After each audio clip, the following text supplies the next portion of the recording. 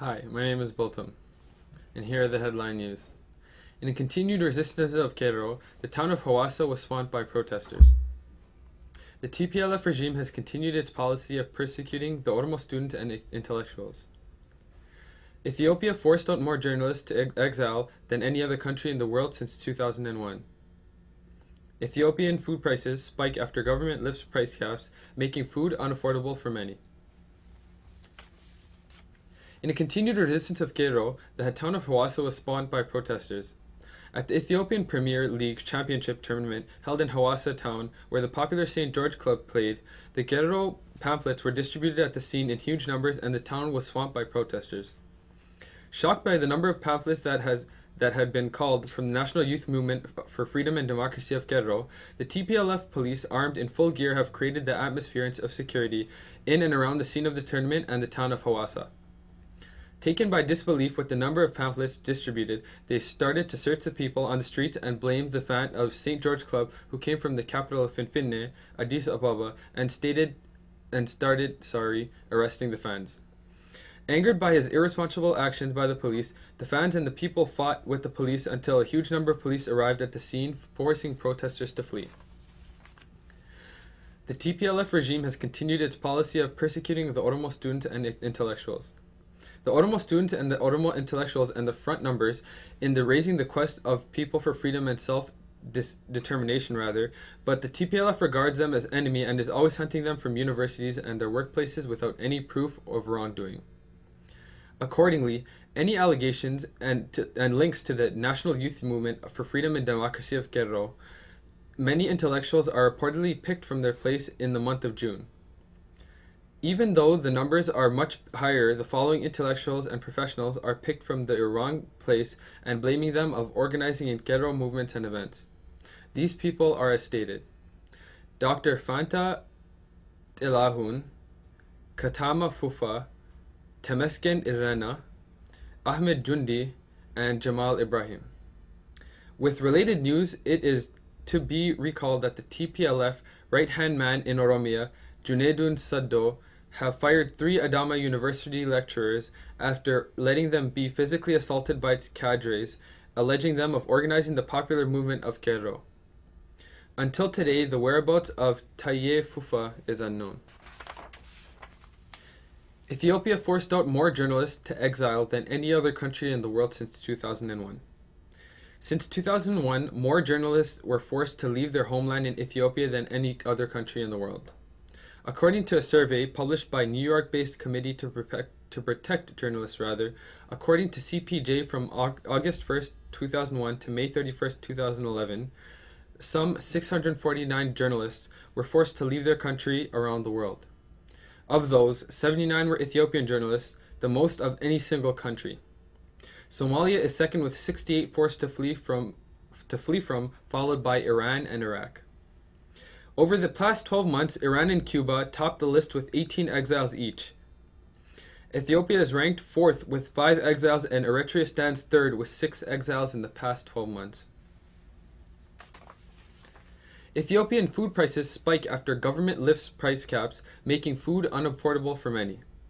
When Ethiopian government imposed price controls in January to combat the spiraling cost of food items like meat, cooking oil, bread, butcher, wabe habse, had a long line of customers, but could barely make a profit. Ethiopia, like many African nations, has been spiraling food prices this year. Nearby Uganda has seen violent protests over rising costs. Buyers and sellers in Ethiopia's capital say the government's attempt to bring down prices by imposing price caps on basics like oil and sugar for 5 months this year has caused even more turmoil. When they were in the place, the price caps bankrupted the businesses that could not afford to sell at cheaper prices. The government claims that the country is a victim of rising international food prices, but the International Monetary Fund says the government is causing inflation by borrowing and printing money to pay for infrastructure, and profits. Thanks for watching TV Oromia, and my name is Bultum Omar. TV Oromia, akkam jirtan. Kanatti aansine oduu gaddaati isiniif dhiyeessina. Sabboona Oromoo kan ta'e obbo Muhammad Ahmad Muhammad kan magaalaa Windsor jiraachaa ture. Dhukkubbi sababa ulee fi reebicha wayyaaniin irraan gaheen addunyaa kanarraa waxabajii 19 bara 2011 darbee jira. Hiree tanatti dhimma bahuudhaan hojjettoonni TV Oromiyaa kan magaalaa Torontoo haadha mana isaa Aadde Raabiyaa akkasuma maatii isaa fi sabboontota Oromoo hundaan jajjabina isiniif haa kennu jecha inninis jannata keessatti akka qanani'u hawwii keenya.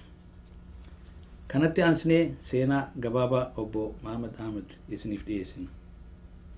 Obbo Muhammad Ahmad bara 1960 amajjii tokkotti abbaa isaa obbo Ahmad Muhammadii fi haadha isaa Aadde Ardoo Alii Abdullee irraa naannoo Gursum Araddaa Awdal jedhamutti dhalate. Yeroo ijoollummaa isaa barnoota fi hojii irratti dabarse. Yeroo guddatee fuudhaaf ge'u naannoo Funyaan Biraan jedhamutti fuudhee ilmaan hore. Naannoo kanatti nama qabaataa fi sabboona akkasumas jaalatamaa dha ture. Obbo Muhammad Ahmad jaalala saba isaatiif qabu fi akkasuma dhaabbii qulqulluu inni qabsoo Oromoo irratti qabu kan ka'e mootummaa wayyaanee bara 1999 irraa hamma 2001 jechuun waggaa tokkoof walakkaa oliif mana hidhatti darbamee ture. Yeroo sanatti gargaarsa fannoo diimaatii fi akkasuma horii 10,000 ol ta'u hiriyoonni isaa walitti baasanii qabsiisanii mana hidharraa bahe. Hidharraa ifa bahee booda obbo Muhammad Ahmad ammas wayyaanidhaan adda bilisummaa Oromoo deeggarte jedhamee waan barbaadamaa tureef karaa Hargeessatti godaane. Dhiifama baqachuu mudate. Mootummaa wayyaanee sabboontota akka obbo Muhammad Ahmadii fi kanneen birootis kan seeran koolugaltummaa gaafatanii baqatanii biyya ambaa jiranii bobbaa oofaa waan tureef jecha akkasuma ergamtoota wayyaaniitiin ammas bara 2005tti magaalaa Hargeessarraa qabamee hidhaa seena. Hidhamuu isaa waajjirri UNHCR waan dhaga'eef jala bu'anii akka hiikamu godhan. Rakkooleen fakkaataan isaa fi Oromoota baqatanii naannoo Hargeessaa qubatan irra gahaa waan tureef koree takka dhaabbatanii gochaa hamaa kana gama UN'tti akka dhiyeeffatan murteeffatan. Obbo Muhammad Ahmadis koree tana keessatti dura taa'aa ta'ee filame. Odeeffannoo inni gochaa mootummaan Tigreedhaan ummata Oromoo fi akkasuma baqattoota birarraan gahaa jirtu kana UN'tti yeroo yeroon dabarsaa jiraachuu isaa eega hubattee booda bara 2008 ammas bitamtoota wayyaaneetiin qabamee ukkaamamee gara biyyatti darbame. Ukkaamamee kan fuula isaa dhiifama kana irraan deebi'a. Fuula isaa hidhanii harka duubatti hidhanii konkolaataa keessatti darbanii deemaniin. Kanaan booda hidhaa keessatti gara laafina tokko malee osoo walirraa hin dhaabin tumiinsa guddaa irra geessisaa turan. Ulee fi dararaa suukanneessaa irra gahee ture irraa kan ka'e yeroo dheeraa sosso'uu fi dhaabbachuu waan dadhabeef gama mana yaalaa geessan. Mana yaalaa kana keessatti dhiifama gara mana yaalaa kana keessatti waa xiqqoo yeroo wayyaa'u hiree argame kanatti dhimma bahuudhaan nama dhiifama akkanas mana yaalaa kana bade akkuma mana yaalatiin badee fira isaa qunnamuudhaan diinagdee barbaachisu gargaarsa eega argatee booda ammas gara hargeessatti baqate. Erga biyya hargeessatti baqatee booda UN'n kana dhageeyuudhaan obbo Muhammad Ahmad fuudhanii gara Ruumeeniyaatti ergan. Ruumeeniyaa keessa ji'a 5 eega taa'ee booda obbo Muhammad Ahmad February 2010 gama Kaanaadaa dhufee ijoollee isaa 10 fi haadha mana isaatii wajji walitti deebi'e. Ifa biyya Kaanaadaa dhufee booda tumiinsa qaama isaa irra gahaa ture dhukkubbii fi hadooddiin miilaa dhukkubbii onnee fi kanneen birootilleen akka rakkachaa ture odeeffannoon mana yaalaa irraa argame ni mirkaneessa. Kana malees halkan obbo Muhammad Ahmad abjuudhaan akka rakkachaa ture himama. Odeeffannoo waa'ee wayyaanee mana hidhaa keessatti inni dabarse irraa dhiifama kana guutuutti irra deebi'a.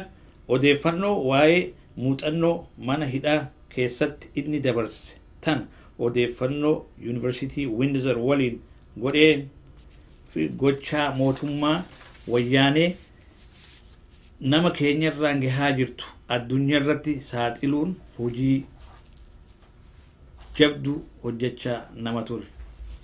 Hunda keenya irraas ka eeggamu kana obbo Muhammad Ahmad biyya Kaanaadaa keessa haadha mana isaa aadde Raabiyaa fi ijoollee 10 qabaachaa kan ture yeroo ta'u akkasuma biyya keessas ijoollee 11 haadha mana kabirarraa qaba jechuudha. Eegaa obbo Muhammad Ahmad arra lubbuun nu biraa darbullee hin duune ni wareegamen. Qabsaawaan ni kufa, qabsoon itti fufa. TV Oromiyaa magaalaa Toronto irraa galatoomaa nagaan jiraadha.